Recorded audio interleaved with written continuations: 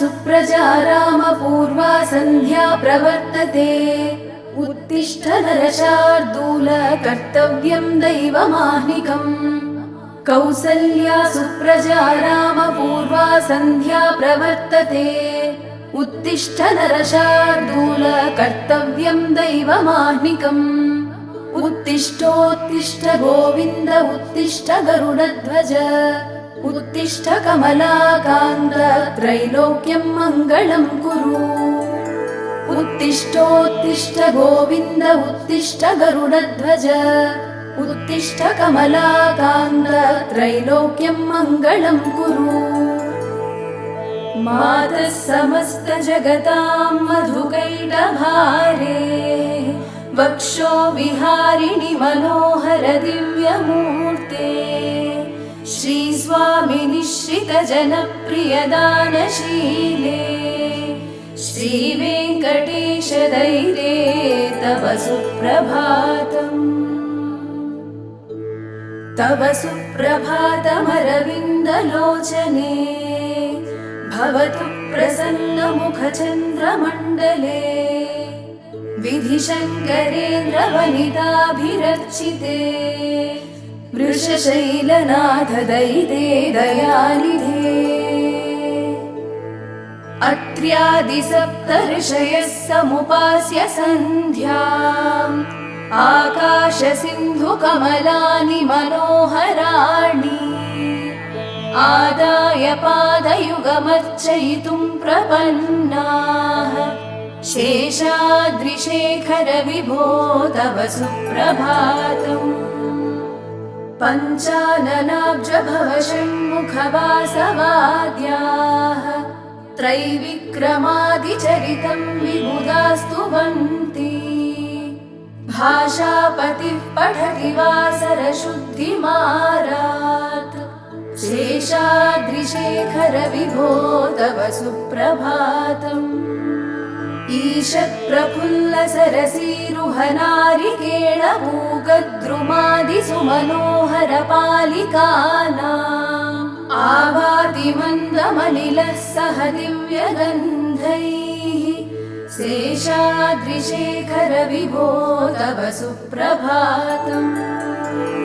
उन्मील्य नेत्रयुगमुत्तमपञ्जरस्थाः। पात्रावसिष्ठ कदलीफलपायसानि। भुक्त्वा सलीलमधकेलिशुकाः पठन्ति। शेषाद्रिशेखर विभो तव सुप्रभातम्। तन्त्री प्रकर्ष मधुरस्वनया विपञ्च्या। गायत्यनन्तचरितं तव नारदोऽपि। भाषा समग्रमसकृत्करचारुरम्यम्। शेषाद्रिशेखर विभो तव सुप्रभातम्।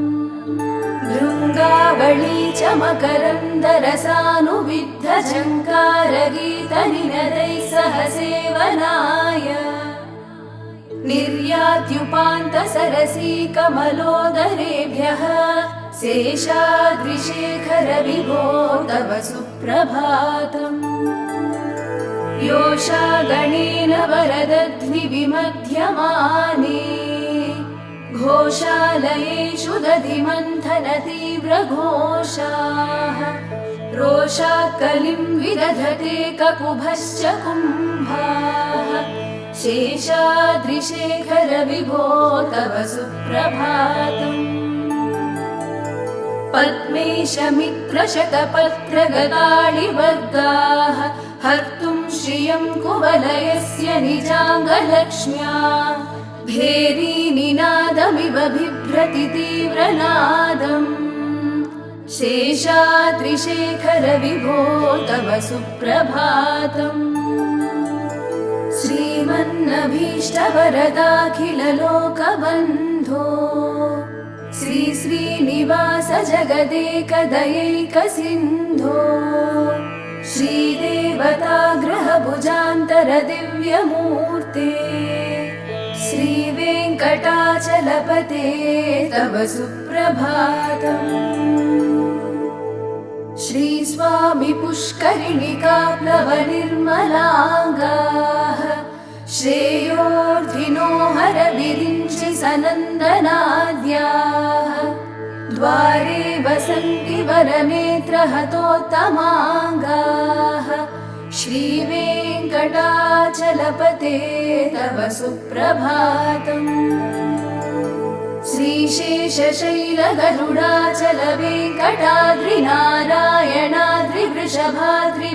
श्रीशेषशैलगरुडाचलवेङ्कटाद्रिनारायणाद्रिवृषभाद्रिवृषाद्रिमुख्याम् आख्यां त्वदीयवसतेरनिशं वदन्ति श्रीवेङ्कटाचलपते तव सुप्रभातम् सेवा पराशिव सुरेश कृशानुधर्म रक्षोऽम्बुनाथ पवमान धनाधिनाथाः बद्धाञ्जलि प्रविलसन्निज शीर्षदेशाः श्रीवेङ्कटाचलपते तव सुप्रभातम् धाडीषु ते विहगराज मृगाधिराज नागाधिराज गजराज हयाधिराजाः स्वस्वाधिकारमहिमाधिकमर्दयन्ते श्रीवेङ्कटाचलपते तव सुप्रभातम्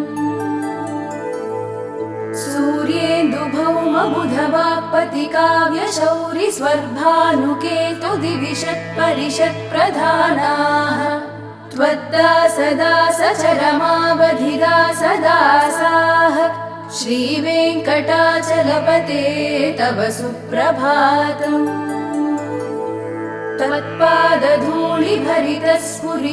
त्वत्पादधूलिभरितस्फुरितोत्तमाङ्गाः स्वर्गापवर्गनिरपेक्ष निजान्तरङ्गाः कल्पागमाकलनयाकुलतां लभन्ते श्रीवेङ्कटाचलपते तव सुप्रभातम् त्वद्गोपुराग्रशिखराणि निरीक्षमाणाः स्वर्गापवर्गपदवीं परमां श्रयन्तः मर्त्या मनुष्यभुवने मतिमाश्रयन्ते श्रीवेङ्कटाचलपते तव सुप्रभातम् श्रीभूमिनायकदयादिगुणामृताब्धे देवादिदेव जगदेकशरण्यमूर्ते श्रीमन्ननन्तगरुडादिभिरर्चिताङ्घ्रे श्रीवेङ्कटाचलपते तव सुप्रभातम् श्रीपद्मनाभपुरुषोत्तम वासुदेव वैकुण्ठमाधव जनार्दन चक्रपाणे श्रीवत्सचिह्न शरणागत पारिजात श्रीवेङ्कटाचलपते तव सुप्रभातम् कन्दर्पदर्पहर सुन्दर दिव्यमूर्ते कान्ताकुचाम्बुरुह कुट्मललोलदृष्टे कल्याण निर्मल गुणाकर दिव्यकीर्ते श्रीवेङ्कटाचलपते तव सुप्रभातम् मीनाकृते कमठकोल नृसिंहवर्णिन् स्वामिन् परश्वत तपोधन रामचन्द्र शेषांश राम यदुनन्दन कल्किरूप श्रीवेङ्कटाचलपते तव सुप्रभातम् येलालवङ्गघनसार सुगन्धितीर्थम् दिव्यं वियत्सरिति हेमघटेषु पूर्णम् धृत्वाद्यवैदिकशिखामणयः प्रहृष्टाः तिष्ठन्ति वेङ्कटपते तव सुप्रभातम् भास्वानुदेति विकचानि सरोरुहाणि सम्पूरयन्ति निनदैः ककुभो विहङ्गाः श्रीवैष्णवाः सततमर्थितमङ्गलास्ते धामाश्रयन्ति तव वेङ्कटसुप्रभातम् ब्रह्मादयः सुरवराः समहर्षयस्ते सन्तः सनन्दनमुखास्वदयोगिवर्याः धामान्तिके तव हि मङ्गलवस्तुहस्ताः श्रीवेङ्कटाचलपते तव सुप्रभातम्। लक्ष्मीनिवास निरवद्य गुणैकसिन्धो संसारसागर समुत्तरणैकसेतो वेदान्तवेद्य निज वैभव भक्तभोग्य श्रीवेङ्कटाचलपते तव सुप्रभातम्। लक्ष्मीनिवास निरवद्य गुणैकसिन्धो संसारसागर समुत्तरणैकसेतो वेदान्तवेद्य निज वैभव भक्तभोग्य श्रीवेङ्कटाचलपते तव सुप्रभातम्। इत्थं वृषाचलपतेरिह सुप्रभातम्। ये मानवाः प्रतिदिनं पठितुं प्रवृत्ताः तेषां प्रभातसमये स्मृतिरङ्गभाजाम् प्रज्ञां वरार्धसुलभां परमां प्रसूते। इत्थं वृषाचलपतेरिह सुप्रभातम्। ये मानवाः प्रतिदिनं पठितुं प्रवृत्ताः तेषां प्रभातसमये स्मृतिरङ्गभाजाम् प्रज्ञां वरार्धसुलभां परमां प्रसूते।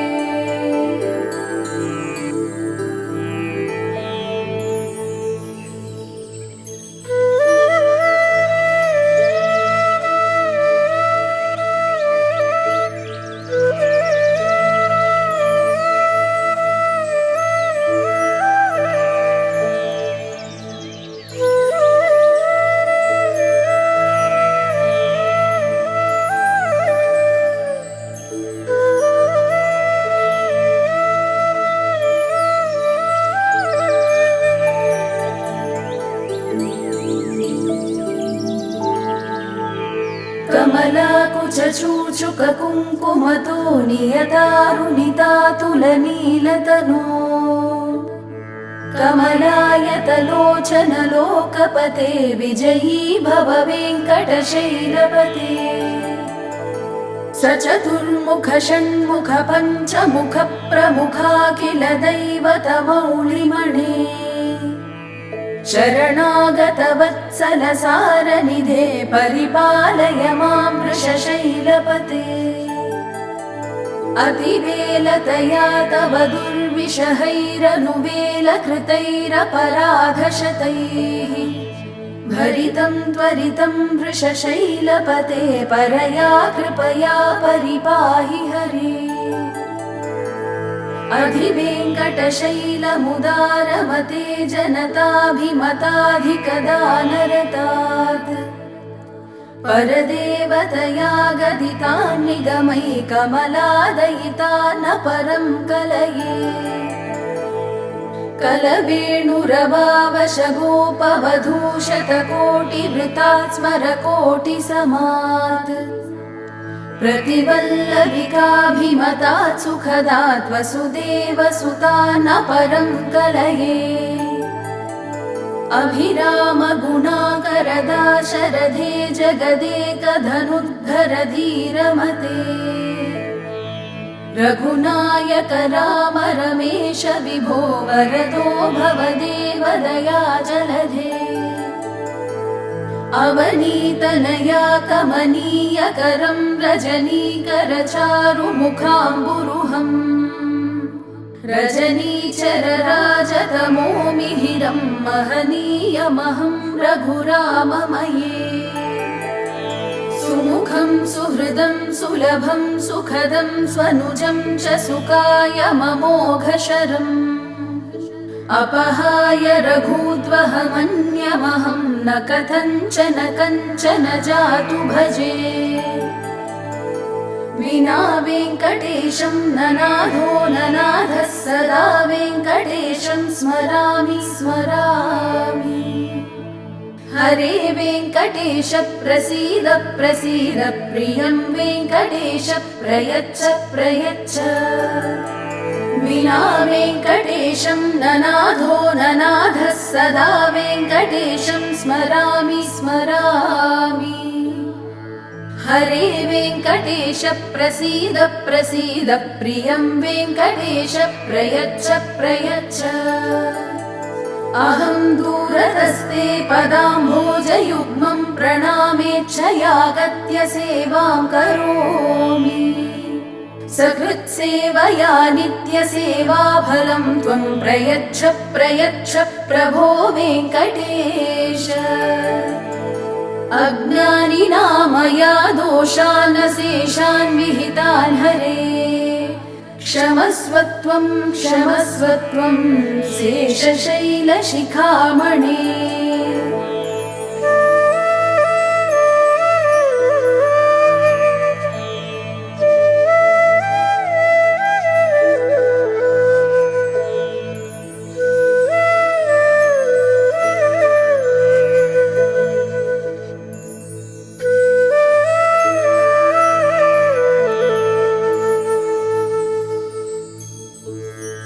ईशानां जगतोऽस्य वेङ्कटपतेर्विष्णोः परां प्रेयसी तद्वक्षस्थलनित्यवासरसिकां तच्छान्तिसंवर्धिनी पद्मालङ्कृतपाणिपल्लवयुगां पद्मासनस्तां श्रियम् वात्सल्यादिगुणोज्ज्वलां भगवतीं वन्दे जगन्मातरम्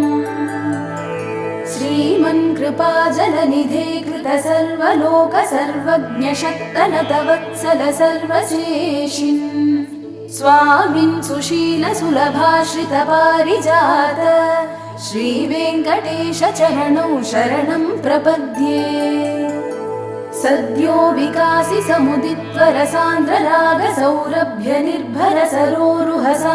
समुदित्वरसान्द्ररागसौरभ्यनिर्भरसरोरुहसाम्यवार्ताम् सम्यक्षु साहसपदेषु विलेखयन्तौ श्रीवेङ्कटेशचरणौ शरणं प्रपद्ये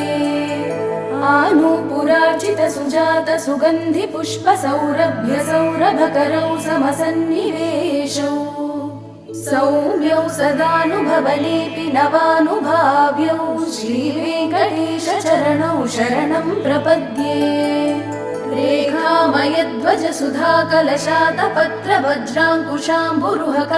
रेखामयध्वजसुधाकलशातपत्रवज्राङ्कुशाम्बुरुहकल्पकशङ्खचक्रैः भव्यैरलङ्कृततलौ परतत्त्वचिह्नैः श्रीवेङ्कटेशचरणौ शरणं प्रपद्ये ताम्रोदरद्युतिपराजितपद्मरागौ बाह्यैर्महोभिरभिभूतमहेन्द्रनीलौ उद्यन्नखांशुभिरुदस्तशशाङ्कभासौ श्रीवेङ्कटेशचरणौ शरणं प्रपद्ये सप्रेमभीतिकमलाकरपल्लवाभ्यां संवाहनेऽपि सपदिक्लममादधानौ कान्ताभवाङ्मनसगोचरसौ कुमार्यौ श्रीवेङ्कटेशचरणौ शरणं प्रपद्ये लक्ष्मीमहीतदनुरूपनिजानुभावनीलादिदिव्यमहिषीकरपल्लवानाम् आरुण्यसङ्क्रमणतः किल सान्द्ररागौ श्रीवेङ्कटेशचरणौ शरणं प्रपद्ये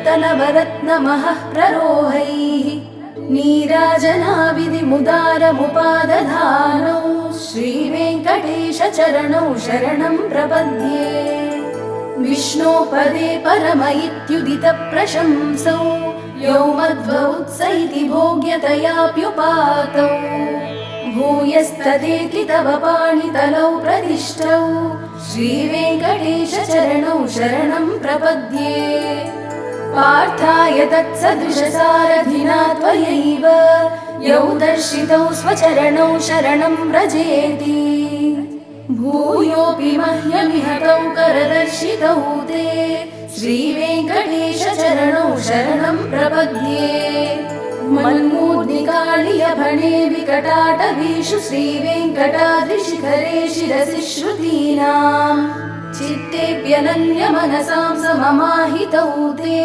श्रीवेङ्कटेश चरणौ शरणं प्रपद्ये अम्लानहृष्यदवनीतलकीर्णपुष्पौ श्रीवेङ्कटाद्रिशिखराभरणायमानौ आनन्दताखिलमनोनयनौ तवैतौ श्रीवेङ्कटेश चरणौ शरणं प्रपद्ये प्रायः प्रसन्नजनता प्रथमावगाह्यो मातुस्तनाविव शिशोरमृतायमानौ प्राप्तौ परस्परतुलामतुलान्तरौ ते श्रीवेङ्कटेश चरणौ शरणं प्रपद्ये सत्त्वोत्तरैः सततसेव्यपदाम्बुजेन संसारतारकदयार्द्रदृगञ्चलेन सौम्योपयन्तृमुनिना मम दर्शितौ ते श्रीवेङ्कटेश चरणौ शरणं प्रपद्ये श्रीशश्रिया घटिकया त्वदुपाय भावे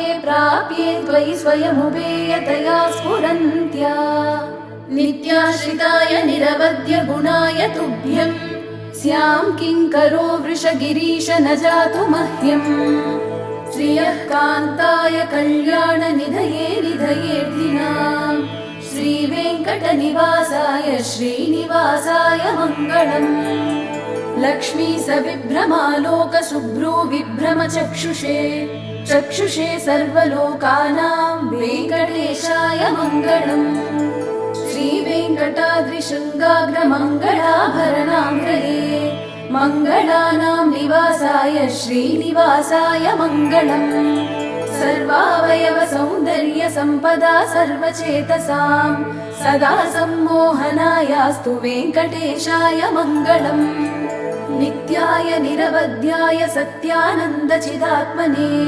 सर्वान्तरात्मने श्रीमद्वेङ्कटेशाय मङ्गलम् स्वतः सर्वविदे सर्वशक्तये सर्वशेषिणे सुलभाय सुशीलाय वेङ्कटेशाय मङ्गलम् परस्मै ब्रह्मणे पूर्णकामाय परमात्मने प्रयुञ्जे परतत्त्वाय वेङ्कटेशाय मङ्गलम् आकालतत्त्वमश्रान्तमात्मनामनुपश्यताम् अतृप्तामृतरूपाय वेङ्कटेशाय मङ्गलम् प्रायस्वचरणौ पुंसां शरण्यत्वेन पाणिना कृपया दिशते श्रीमद्वेङ्कटेशाय मङ्गलम् दयामृततरङ्गिण्यास्तरङ्गैरिव शीतलैः अपाङ्गैः सिञ्चते विश्वं वेङ्कटेशाय मङ्गलम् स्रग्भूषाम्बरहेतीनां सुषमावहमूर्तये सर्वार्तिशमनायास्तु वेङ्कटेशाय मङ्गलम्